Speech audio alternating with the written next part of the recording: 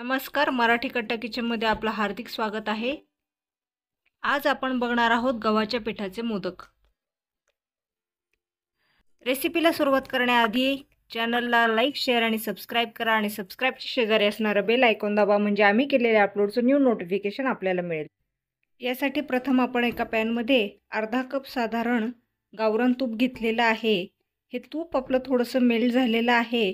या वेळेला आपण याच्यामध्ये 1 कप गव्हाचं पीठ घालणार आहोत, म्हणजेच आटा घालणार आहोत।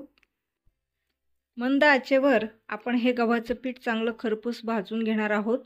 जोपर्यंत त्याच्यामधून छान वास येत नाही तोपर्यंत आपण हे पीठ भाजणार आहोत। छान पौष्टिक असे आपले हे लाडू तयार होणार आहेत। आता आपलं पीठ हे व्यवस्थित भाजून झालेलं आहे आणि त्याचा कलर देखील चेंज झालेला आहे।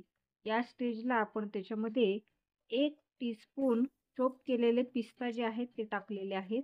1 टीस्पून आपण इथे बदाम टाकणार आहोत।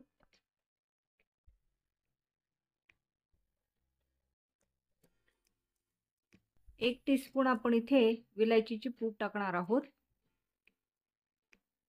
आणि पुन्हा 5 मिनिटांसाठी आपण हे सर्व मिश्रण एकदा लो फ्लेमवर रोस्ट करून घेणार आहोत, म्हणजे आपले जे ड्राय फ्रूट्स आहेत ते देखील थोडेसे भाजले जातील।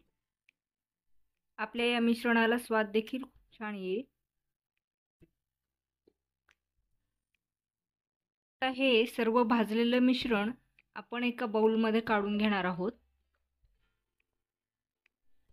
आणि बाउलमध्ये काढल्यानंतर ज्यावेळी आपलं गव्हाचं पीठ थोडंसं गरम आहे त्या स्टेजला आपण 3/4 कप याच्यामध्ये किसून घेतलेला गूळ घातला आहे।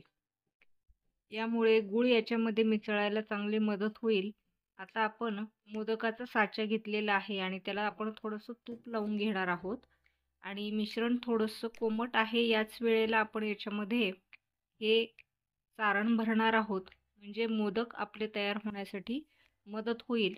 आपण हे मिश्रण चांगलं दाबून दाबून भरणार आहोत आणि साचा डिमोल्ड करून घेणार आहोत, म्हणजे आपल्याला छान गव्हाचा पिठाचा मोदक मिळेल।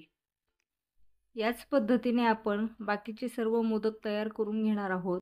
मावा किंवा खव्याचे मोदक देखील या मोदकापुढे अगदी फिके पडतील याची मला खात्री आहे।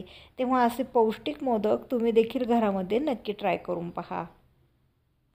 शिवाय इतर मोदकांची लिस्टसुद्धा आम्ही डिस्क्रिप्शन बॉक्समध्ये दिलेली आहे, ती नक्की ट्राय करून पहा, नक्की चेक करा आणि आपल्या प्रतिक्रिया कळवायला आम्हाला विसरू नका।